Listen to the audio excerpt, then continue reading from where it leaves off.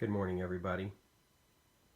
It's April 4th, and the reason I started this video looking at this part of this quilt is this might represent to you like social distancing. This looks like arrows going in two different directions. It's kind of interesting.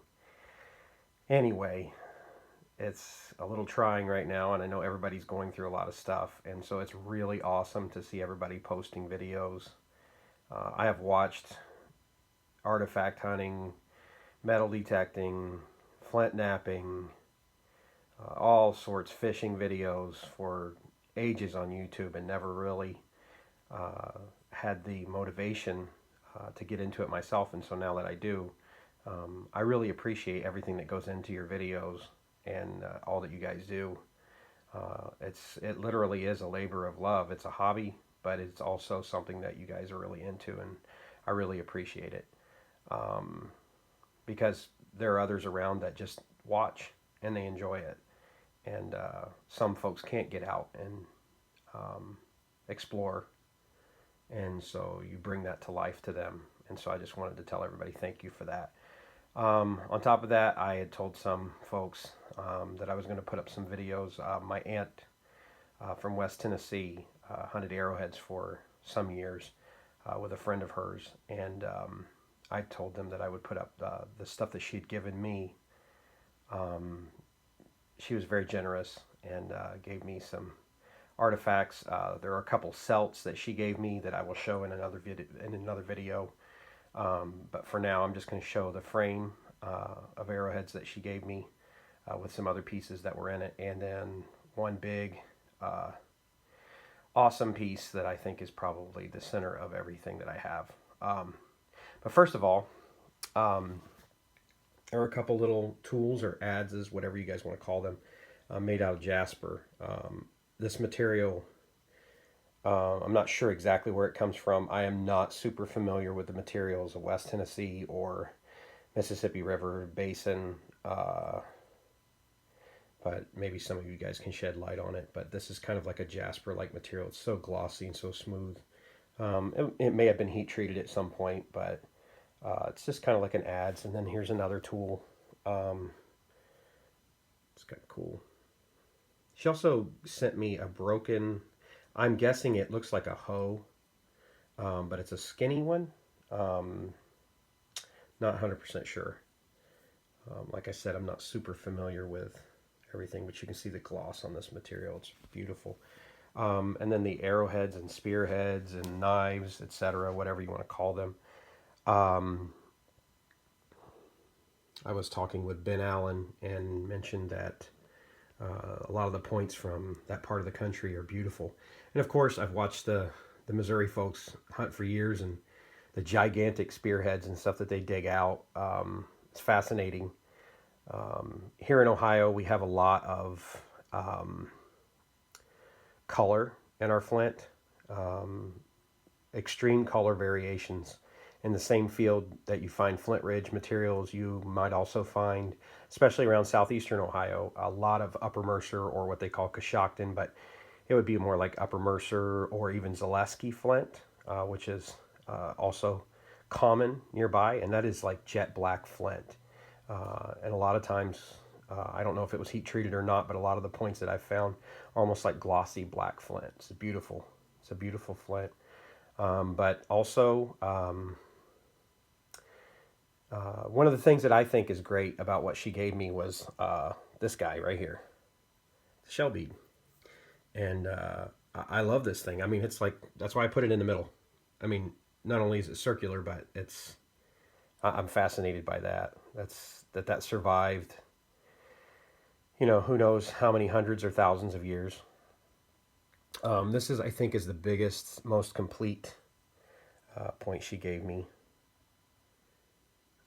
Probably, I don't know, 3.5 to 4 inches. It's just got something going on with the base a little bit. It may have been like that for who knows how long.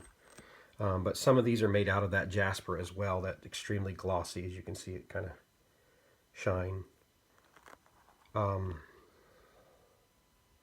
Here's a tool It's just well made. A nice bit. Looks like a adze or celt of some sort made out of flint. Some really exquisite pottery pieces. A lot of design on them. I think this is a Dixon, but it's not super thin like the Dixons that are found out in Missouri and different places, but it might have a different name. I'm not sure. Regionally, names change. I know we have a lot of big sandy points. Kentucky, Ohio, even Tennessee, even further south. But they kind of are very similar to Graham Cave or some of those out in Missouri and different places. But yeah, here's a big tool that's just missing a little bit off the end. This was actually her favorite point, even though it was busted, because the work on it is just, I don't know if you can really get an appreciation for that with this picture, but the work on it is just unreal.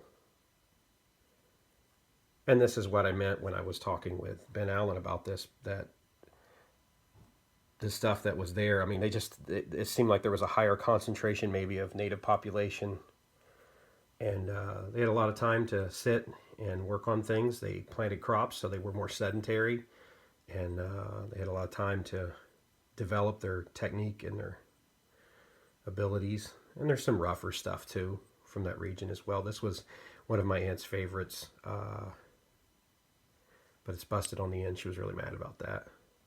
The material is interesting. There's a few in here of this material. I don't know what it's called. You guys could probably help me on this. It's kind of like a gray with like a darker streaks in it or stripes. So it might be a chert. Not 100% sure.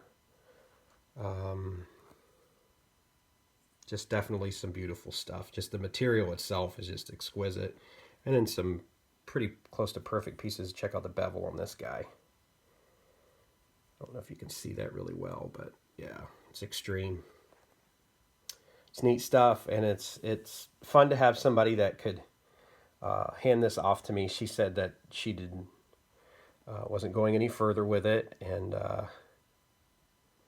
she was glad to give it to somebody who appreciated it and that wouldn't sell it off. So that was also very good, because I am not a seller. I don't like to especially sell things that I find. But I mean, if you do, that's fine. That's cool. I might actually buy some off of you if you're selling. But I'm a hoarder when it comes to this stuff. I've got buckets of material in my garage that I probably should do something with. But anyway, I thought I'd share this with you. And one last thing, this is going to take a long time for this video to upload because I'm taking a while. I'll grab this for you. And this is definitely the centerpiece of everything that she gave me. And I'll tell you the story behind it. It's an amazing piece of pottery bowl. It was in a bunch of pieces. And what happened was the friend that she hunted arrowheads with was in the field one day, and it was a muddy area, really muddy, had been flooded out. And he saw just the rim, I guess, of it sticking up out of the mud, and was so excited that without thinking reached down and grabbed it. I'm guessing by this lip here and this lip here, the handles, presumably handles. And it just fell apart as he pulled it out of the mud, and that is not a good idea. But in your excitement as an arrowhead hunter, sometimes you don't take time, or an artifact hunter, and you might get a little bit intense with things. But it's an amazing piece. I do have some smaller fragments still left over that did not fit anywhere. I actually glued all of this together myself. And I made some mistakes in the process. One of the mistakes I made is I used Scotch tape. And just to let you know, Scotch tape is not a good idea, simply because it can take some of the patina off of the pottery. It can actually change the color a little bit. It didn't do an absorbent amount of damage, but it can definitely cause some trouble. I'm not 100% sure what is recommended. I've never looked it up after that. This is the only piece I've ever had that I could glue together, and I'm enamored with it. It's a museum. To me, it's a museum piece. It's not all there, but who cares? I've been to so many museums, and Native American pottery is not all there a lot. And for those of you who have found whole bowls, congratulations. I'm 100% sure that that's not common, but that's awesome if you have. And I'm excited for you if you have. But I'm just excited as can be that she gave me this. This has been several years ago now. But yeah, I took the time to glue it. She had started to glue it and had been using rubber cement. I used Elmer's glue.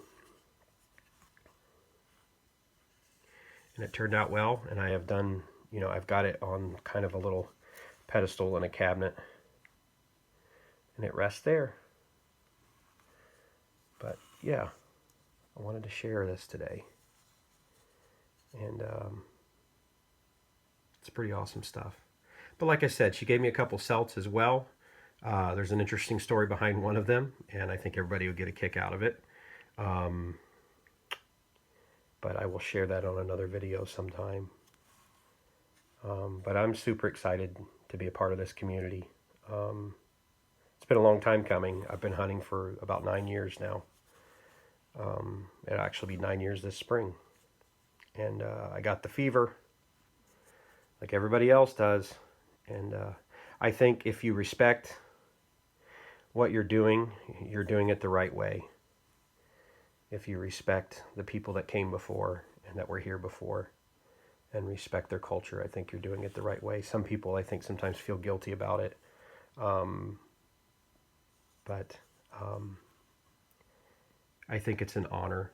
I think it honors them when you explore their history and treat it with respect. Sometimes folks have a problem with it, and some native folks have a problem with it. But as far as I can tell, and as I can see, if I lived in where my Irish / Celtic / Germanic / English roots were, I would have no problems picking up ancient pieces. I don't know. But I definitely don't want to disrespect anybody. But it's an awesome thing to have your history written in stone and clay and be able to see it. But very thankful. Very thankful. Hope everybody is staying well. And I hope you all have a great weekend.